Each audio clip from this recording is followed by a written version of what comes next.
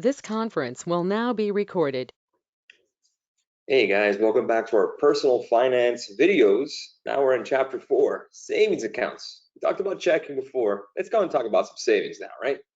What is the difference between checking and savings? Savings is meant to be saved, not meant to be spent every day. So let's kind of go over the basics of it.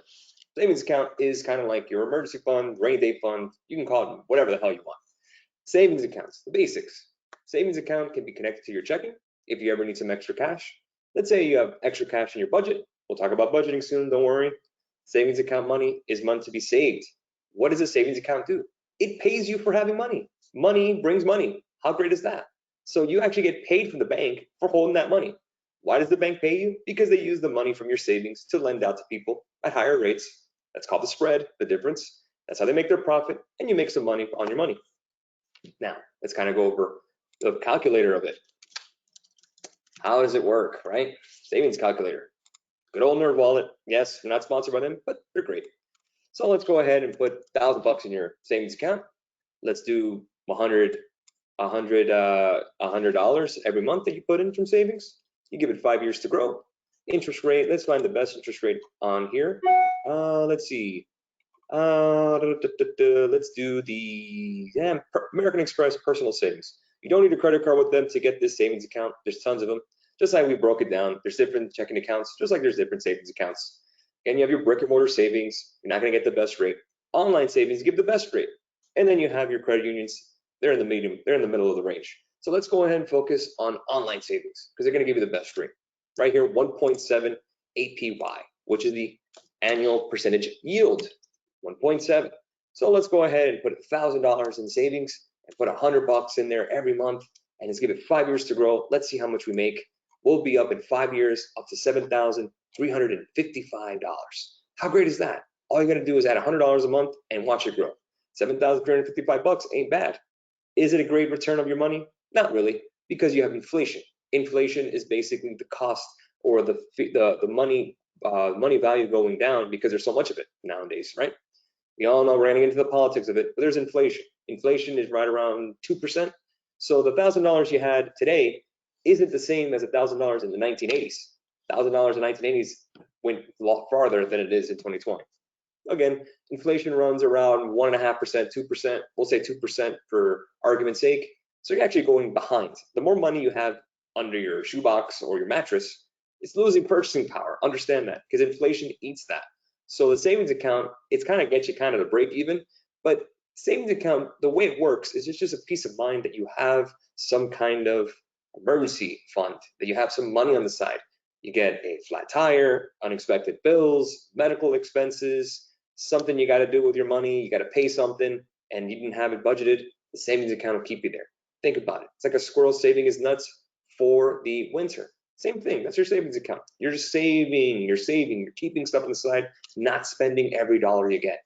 Very, very key. Right here, the savings account calculator. You put $1,000, doesn't matter if you put 1,000, you could put $100 or $10 or whatever you want. But for argument's sake, we put $1,000, we do $100 every month, we give it 5 years to grow at a 1.7 interest rate. If it's consistent, we end up at $7,355 at the end of it.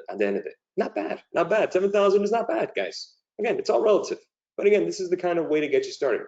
Putting a monthly contribution into your savings, you can always do auto save when it comes to your savings account. You just link it up to your checking, whether it's online checking, brick and mortar checking, or credit union checking. You can always put a little bit on the side. Maybe don't go out to eat this month, one time to a restaurant. Maybe don't buy those sneakers that you really want, and you put them on the way to the side. You see what happens here. Give it some time, it'll always grow. Money brings money, it all compounds. We'll get into that with investing, just understand. But this is savings accounts. What's great about savings accounts? They're extremely liquid. What is liquid? Liquid is the ease of travel of money, liquidity. For example, liquid, cash is very liquid. Savings is very liquid because you can take it out whenever you want.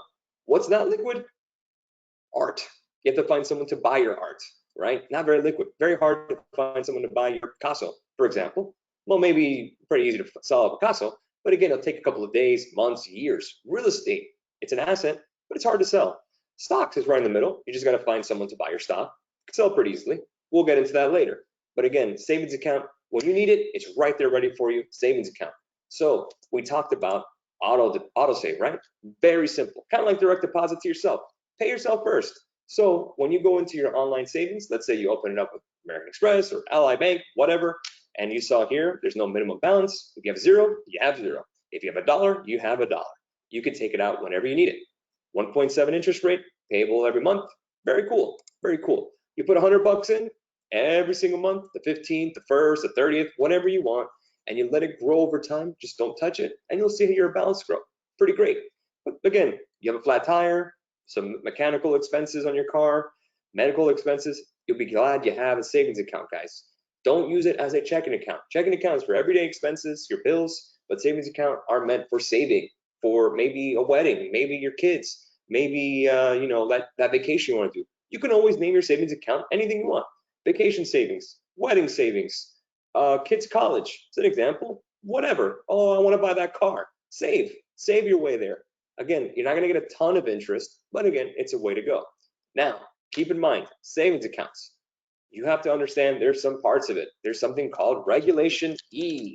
I think it's Regulation E. It's been a while.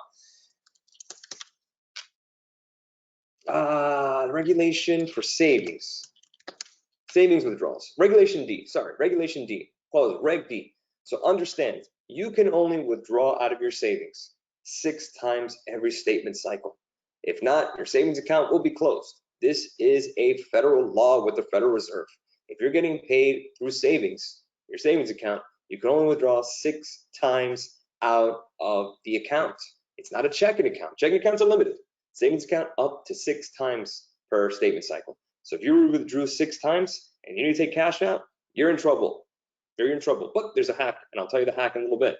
But again, that savings is meant to be saved. It's not meant to spend it every single day. Understand that. Here's the hack. Hack for Regulation D. How do you hack out of Regulation D? Very easy. You go to your local branch. If you are in person withdrawing the money or an ATM machine, there is no Regulation D. You can transfer as much as you want. You can take it out as much as you want. If you're online, Regulation D hits once. Understand that. So if you're in the branch or credit union, you can take it out as many times as you want. It will not hit Regulation D, whether it's transfers or withdrawals. But if you do it online or on your mobile app, you will be hit one time. 6 times you get per savings cycle. Understand that. Regulation D. A lot of people start using their savings account like it's a checking account. Don't do that. It's not going to work. So understand that. Regulation D and why it matters. Very, very important. But again, if you go to an ATM machine and you transfer money out of the savings to the checking, you're fine. If you do it at the branch, savings to checking, you're fine. App and online, up to 6. That's all you're getting. Understand that. But again, savings are meant to be saved, always.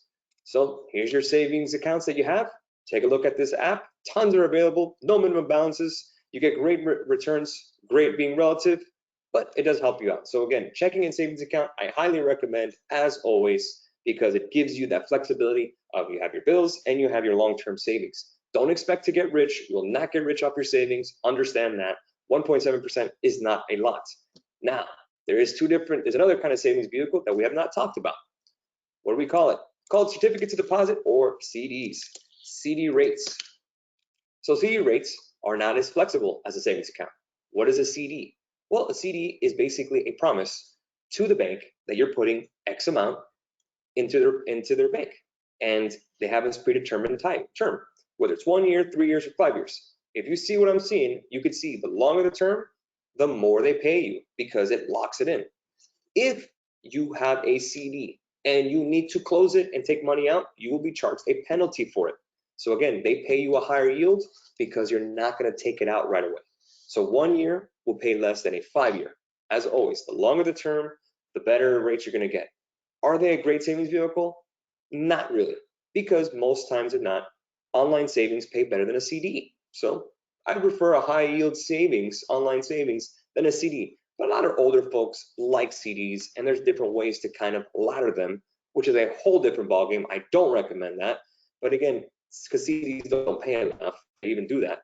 And also you can see the difference here. Minimum deposits are a lot higher than online savings.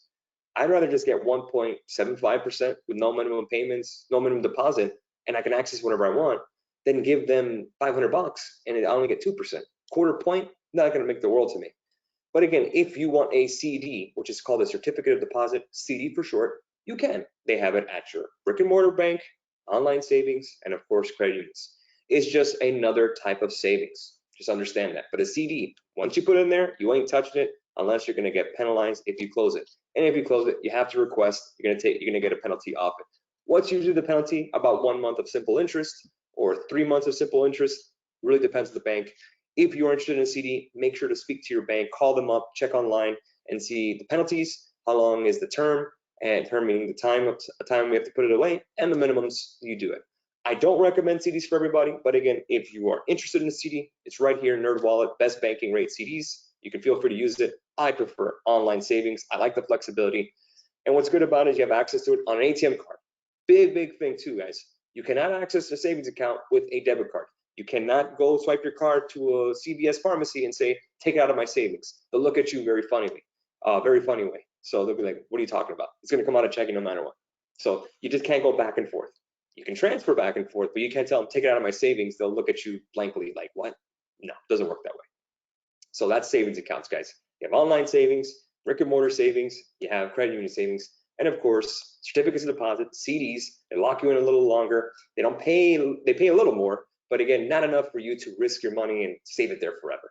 But again, use savings accounts. They're the best way to have some money on the side, keeps you disciplined, and it's the best way to go, guys. So hope you enjoyed this chapter. We're gonna go ahead and go to the next one, which is a very fun chapter, budgeting, how to budget your money. Let's talk about it. Next, coming up on the personal finance course with me, Carl, CEO of G.A.R Capital. We'll catch you then.